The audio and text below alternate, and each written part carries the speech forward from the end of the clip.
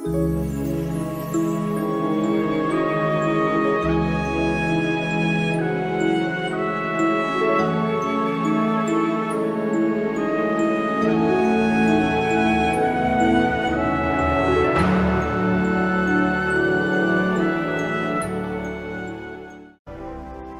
sua Bíblia em Apocalipse 2, no versículo 12.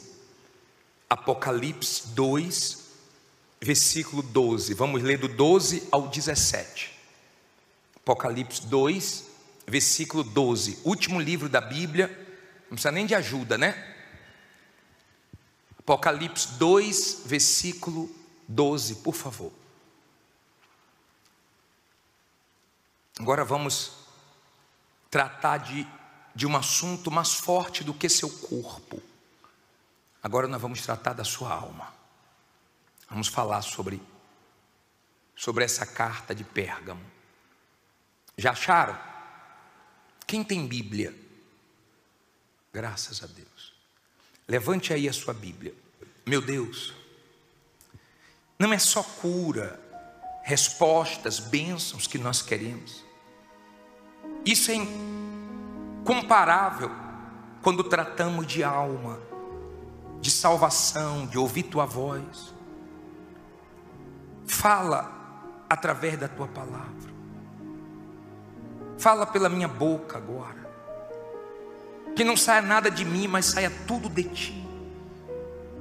Dá ouvidos espirituais para essa pessoa ouvir a tua palavra. E abençoe para que todos entendam. Dê o entendimento para todas essas pessoas. Não deixe eu falar o que não é para falar, mas tudo o que ela precisa ouvir, que ela ouça no decorrer dessa pregação. Em nome de Jesus, e os que creem digam amém. Apocalipse 2, versículo 12, diz assim: e ao anjo da igreja que está em Pérgamo, escreve: isto diz aquele que tem a espada aguda de 2 fios. Olha para mim, por favor. Deixe a Bíblia aberta, porque nós vamos explicar de versículo a versículo. Escuta, por favor. Uma dessas cartas é você. Você vai se encaixar em uma dessas cartas. A primeira foi a carta de Éfeso, que estava no piloto automático, que já não estava no primeiro amor. E Deus não gosta de nada no automático. Deus não gosta. Deus, Ele quer comunhão, intimidade. Ele quer um relacionamento forte, não frio, não fraco. Amém? Depois foi lida a carta de Esmirna, uma igreja que sofria, mas não abandonava a sua fé. E o Senhor Jesus disse: ser fiel até a morte e dar-te-ei a coroa da vida. Ser fiel até a morte. Não adianta ser fiel 1 ano, 5 anos, 10 anos e depois se perder. Não adianta. O diabo nunca vai abrir mão da gente. Uma vez um pastor mandou um demônio embora, e na outra semana a mulher manifestou de novo. E quando ele mandou o demônio embora, na outra semana a mulher manifestou de novo. E ele falou: você não vai desistir dela? O diabo olhou para ele e falou: não desisto nem de você, quanto mais dela. Você manda embora, você me manda embora, lá fora ela faz a coisa errada e eu volto. Enquanto ela fizer coisa errada, eu volto. Então, ela só se libertou quando largou a sujeira, o erro. A igreja de Esmirna, ela sofria, mas exalava o perfume de Cristo. Era uma igreja forte, não teve repreensão do Senhor Jesus. Hoje nós vamos falar sobre essa igreja, e Jesus se apresenta como aquele que tem uma espada que corta dos 2 lados, que é a sua palavra. Se a palavra de Deus não cortou nada na sua vida, tem alguma coisa errada. A palavra de Deus é como um espelho que mostra a sua condição diante de Deus. A palavra de Deus é esse espelho que te ajuda a enxergar os seus erros e você começa a cortar o que for preciso ser cortado. É melhor você cortar qualquer coisa de errado do que você ser cortado do céu. A palavra de Deus corta, ela fere para sarar, ela salva, ela confronta, ela bate de frente com o pecado, com o erro, ela incomoda. A palavra de Deus, ela tem que fazer alguma coisa acontecer dentro de você, ela não volta vazia. E quando você ouve a palavra e você entende, você está comprometido, porque você já é uma pessoa avisada. E você vai ser cobrado pelo que você aprende, pelo que você ouve. Se você não dá ouvidos, é você que vai colher na eternidade, aqui e na eternidade. Então a palavra de Deus já cortou muita coisa na minha vida. Você gostando ou não, se Deus não gosta, corte. Se não agrada a Deus, corte. Você vai entender quais são as repreensões que essa igreja recebeu de Jesus. Mas a palavra de Deus tem que mudar você. Você chega com maus olhos, a palavra de Deus corta os maus olhos. Você chega com mágoa, a palavra de Deus corta os maus sentimentos do seu coração. Você chega mal, então a palavra de Deus vai fazendo você ficar bem, vai cortando tudo que não presta. Ela é afiada. Ela é afiada. Ela faz você se enxergar. O pecado faz você enxergar o seu corpo. Por exemplo, quando Adão e Eva, eles pecaram, eles viram que eles estavam nus. Nus. Eles não tinham visto antes do pecado. Eles estavam na inocência. Mas quando houve o pecado, eles enxergaram o corpo deles. Então pegaram folhas e cobriram o corpo. Por isso que você vê hoje a preocupação das pessoas com o quê? Com o corpo. Não tem nada de errado você fazer exercício, nada de errado você cuidar da sua saúde. Seu corpo é templo do Espírito Santo, cuide mesmo, mas tudo dentro de um equilíbrio. Porque quando você vê uma pessoa desequilibrar muito para o corpo, é porque a alma está com problema. Porque quando você está bem na alma, você não se preocupa com nenhum defeito do seu corpo. O pecado faz você olhar para o corpo. Eles olharam logo para o corpo. Agora a palavra de Deus faz você enxergar a condição da sua alma. Ela é um espelho. Ela mostra a sua verdadeira realidade. Ninguém sabe dos seus erros, dos seus pecados. Mas quando você começa a ouvir a palavra, você fica desconfortável, porque ela vai batendo no erro, ela vai batendo no pecado. O pecado pode estar escondido, sua mulher não sabe, seus pais não sabem, ninguém sabe, mas Deus sabe. Ele vai batendo ali, ó, para te salvar, para você cortar os erros da sua vida. Eu não sei o que você já cortou e o que você precisa cortar, mas sua consciência sabe. Então ele se apresenta como aquele que tem uma espada de dois, que corta dos dois lados. Não tem como escapar. Você pode estar sentado lá atrás, a palavra de Deus te encontra. A palavra de Deus, ela revela. Às vezes você vem para a igreja e fala: meu Deus, o bispo falou toda a minha vida. Alguém contou? Quantas pessoas pensaram que alguém tinha contado a vida dela para o pastor, para o bispo? Mas não é que ninguém contou, é porque Deus conhece. É o que ele diz aqui, ó, no versículo 13. Vamos ler. Leia com os olhos. Diz assim: conheço as tuas obras, e onde habitas, que é onde está o trono de Satanás, e retens o meu nome, e não negaste a minha fé, ainda nos dias de Antipas, minha testemunha, o qual foi morto entre vós, onde Satanás habita. Olha para mim, por favor. Olha como começa esse versículo: conheço. Lembra que eu falei semana passada? Que em todas as cartas ele é bem claro: eu conheço. Pastor não conhece, marido não conhece, ninguém te conhece como Deus. Ele conhece. Ele conhece o que você faz, Ele conhece por que você faz, Ele conhece sua intenção. Ele sabe quem é você, Ele sabe quem sou eu. Você pode me enganar, eu posso te enganar, mas ninguém consegue enganar Deus. E é com Ele que um dia nós vamos prestar conta. Com aquele que tudo sabe, que tudo vê. Com aquele que não dá para esconder debaixo do tapete. Já viu aquela faxina que a mulher não quer fazer direito, joga um pouquinho debaixo do tapete? Você nunca fez isso não, né? Você tira o tapete e faz aquela limpeza mesmo, a faxina. Dia de sexta-feira a mulher faz, né? Aquela faxinona. Tomara que você faça isso com a sua vida espiritual também. Porque o diabo, ele não te dá paz enquanto você não tira a coisa errada. Vou falar sobre isso daqui a pouquinho. Agora, entenda, conheça as suas obras, e sei que não negastes a minha fé. Deus te deu a fé.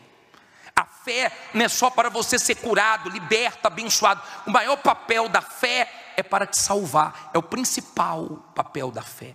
A fé que te abençoa é a fé que você muda, que você se entrega. É essa fé que te salva. Essa é a fé que agrada a Deus. Muitos manifestaram só a fé de bênçãos e ficou no meio do caminho. Mas tem gente que manifestou a fé salvadora e está com Jesus firme até hoje. Aí ele disse: olha, vocês não negam a fé nesse lugar onde tem um trono de quem?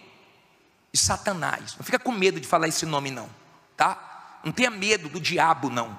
O diabo é forte na vida de quem desobedece. Na vida de quem é de Deus, o diabo está derrotado debaixo dos seus pés. Tenha medo do diabo não. Agora entenda, ele disse: aonde Satanás tem o seu trono. Ou seja, naquela cidade de Pérgamo, o diabo já tinha instalado o trono dele e ele dominava. O lugar que o diabo domina, o certo vira errado, o errado vira certo. No lugar aonde o diabo domina, é escuro, é confusão, é tudo errado. É o mundo que nós vivemos hoje, um mundo jaz do maligno. O trono do diabo está instalado nesse mundo. Você fala que vem para a igreja, todo mundo critica. Você fala que vai fazer qualquer besteira, todo mundo apoia. Mas fala que vai vir para a igreja, o que você já ouviu por causa de vir na igreja, quanto mais na Universal. Sim ou não? Agora, o diabo tinha um trono dele naquele lugar. Aquele ambiente era pesado, mas mesmo assim eles não negaram a fé. Isso serve para você parar de dar desculpas, né? Por causa de alguma coisa. Não, mas é o lugar que eu trabalho. Não, é o lugar que eu moro. Não, mas é porque lá em casa sou só eu da fé. Não, é porque eu estou solteiro. Não tem desculpas. Quando você é uma pessoa de Deus, você pode estar num ambiente mais hostil, mais pesado, mais carregado. Ali você exala o perfume de Cristo. Ali você mostra Deus. Ali você é testemunha de Deus. Pode todo mundo fazer errado, você faz certo. Você pode até perder fazendo a coisa certa, mas você tem paz, porque o que você perder, Deus te dá melhor. Você assume a sua fé. Você não nega a sua fé.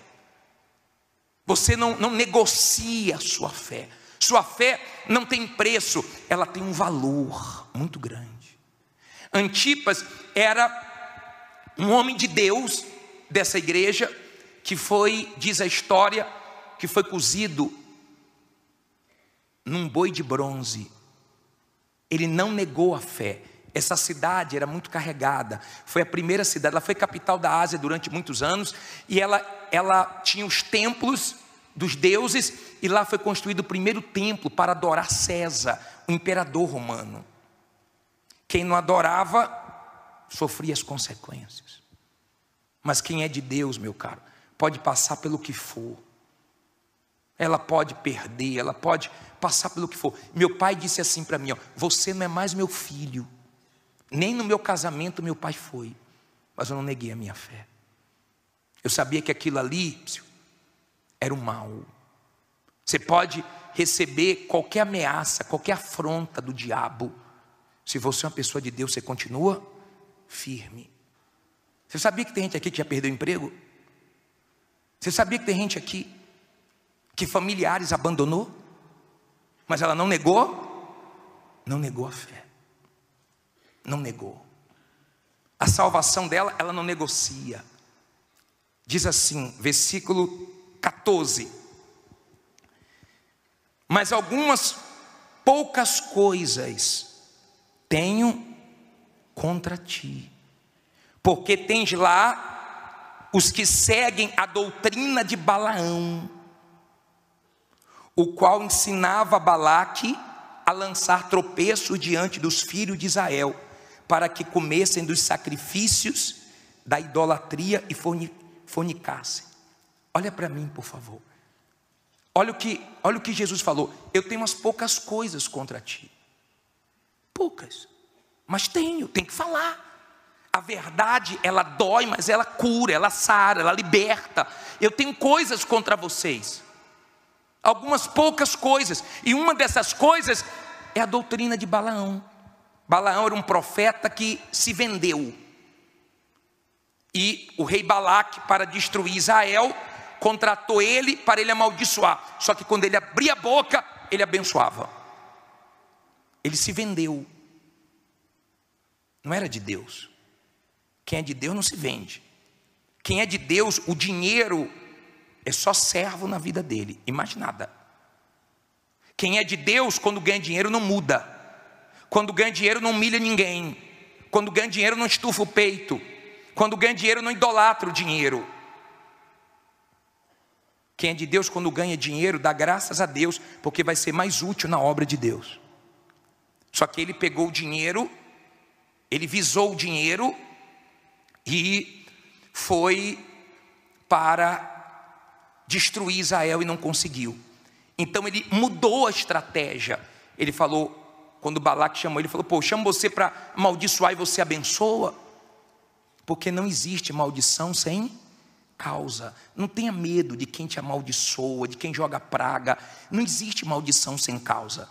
Isso aí é com Deus. Mandam o que é mal, Deus transforma no que é bom, acabou. Isso é com Deus. Você não tem que ter medo disso. Estou com medo que uma mulher invejosa veio trabalhar lá comigo, veio morar na minha rua. Ela tem que estar preocupada com você. Você que tem luz. Amém? Não fica com medo de ninguém.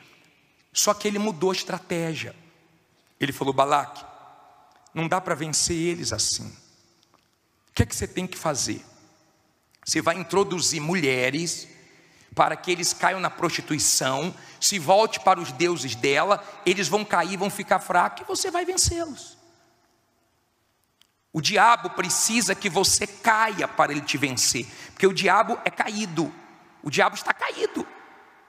Deus precisa de você de pé. A Bíblia diz: ponte de pé e falarei contigo. Você está de pé, Deus fala com você. Você está caído, o diabo te vence. Está dando para você entender?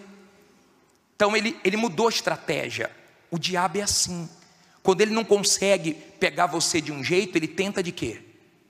De outro jeito. Mas ele não abre mão de lutar até o fim pela sua alma. Então ele tentou com isso, não deu. Ele pensa o seguinte: não foi por aqui, agora eu vou de outra maneira. E ele falou: introduza mulheres. Se as mulheres vão chamar a atenção dos homens, eles vão cair com elas, e aí vão ficar fracos e acaba com eles. Foi dito e certo, exatamente o que aconteceu. E eles caíram na prostituição, se voltaram para os ídolos, começaram a comer comida sacrificada aos ídolos e se destruíram. Entenda, por favor, o diabo, ele fica irado quando ele te oferece alguma coisa e você rejeita. É tão glorioso quando você é tentado e você resiste à tentação. É tão glorioso quando o diabo te oferece algo e você diz não para o diabo. Poxa, é algo tão glorioso. E ele está sempre oferecendo alguma coisa, alguma facilidade. O diabo está sempre oferecendo alguma coisa. Ele é diabo. Ele faz o papel dele. Ele quer almas. A Bíblia diz que o inferno não se farta. O diabo quer almas. Tem almas caindo lá agora no inferno. E ele quer mais. E quem é de Deus também quer mais. Só que ele lança a isca dele e a pessoa não vê que ali tem um anzol. E quando a pessoa cai, ele fisga igual o pescador pega o peixe. E a pessoa fica se debatendo, presa. Quando a pessoa se arrepende, nós vamos entrar nessa parte, então Deus tira o anzol. Mas enquanto isso a pessoa fica presa nas garras do diabo. Quem está em pecado está sentado numa bomba relógio. Quem está em pecado ou se conserta ou se limpa, ou quando morrer o diabo vem prestar conta. Você não vai conseguir escapar. Então Jesus mostrou que era contra esse erro de Balaão de se perder por causa do dinheiro. E ele continua dizendo, olha como é forte esse próximo versículo. Diz assim, versículo 15, não é isso? Assim tens também os que retêm a doutrina de quem? Dos nicolaítas, o que eu odeio. Olha para mim, por favor. Deus não é amor? Mas tem coisa que ele odeia. Não tem coisa que você odeia? Odeia ou não odeia? Tem coisa que eu odeio. A pessoa pode mentir para mim uma vez só. Acabou. Quem é de Deus odeia mentira. Quem é de Deus odeia as coisas sujas, erradas. Deus ama você, mas Ele odeia o pecado, odeia. A Bíblia fala, Deus odeia a prática do roubo. Deus odeia a injustiça. Odeia. Então, eu sou casado com Rose. Eu sei o que ela gosta e o que ela não gosta. Se eu faço o que ela não gosta, sabendo, então estou provocando ela. E tem gente provocando a ira de Deus, porque ela sabe que Deus não gosta que ela ande em certos lugares, que ela se misture com certas pessoas. Ela sabe que Deus odeia, porque a doutrina dos nicolaítas era como se pudesse pecar, que não tinha problema pecar com o corpo. Então eles misturavam o santo com o profano, o certo com o errado. É como aquela pessoa que vem para a igreja, mas lá fora faz tudo errado. Hoje eu vou na igreja. Eu vou na igreja hoje. Mas quando você vem aqui, você dá ouvidos? Você está mudando? Sua vida espiritual está crescendo ou está diminuindo? Não adianta você pensar que você vai poder trazer o mundo para dentro da igreja. O salmista falou, não deixe as nações invadirem a tua herança. A igreja é a herança de Deus. Deus não vem buscar paredes não, Deus vem buscar gente. Se nós nos conservarmos limpos como a noiva. Limpo. Que cor é o vestido da noiva? Branco, não tem manchas. É isso que Deus quer. Ele não quer que você misture as coisas. A mesma boca que fala, Jesus eu te amo, daqui a pouco está mentindo, está enganando os outros. E você sabe que tem gente que é enganadora mesmo, né? Você sabe disso. Tem gente que podia trabalhar em qualquer novela, mas só que ela está enganando quem? Ela mesma. Está enganando ela mesma, está perdendo tempo. Você tem que tomar uma decisão. Não é para ficar um pé na igreja, um pé no mundo. Ou tudo, ou nada. Ou é ou não é. Uma decisão. Bispo, eu estou começando, eu estou novo na fé. Graças a Deus, Deus vai te dar força, continue. Bispo, eu estou na igreja, mas eu tive uma recaída. Se levanta. Agora, não pense. Porque Deus é amor, que Ele não odeia certas coisas. Tem coisas que Deus odeia. E uma dessas coisas Jesus mostrou quando Ele foi firme contra os religiosos, contra os hipócritas, que tinha roupa de santidade, que mostravam a santidade para os homens, mas eram sepulcros caiados, podre por dentro. Podre. Jesus não gosta disso.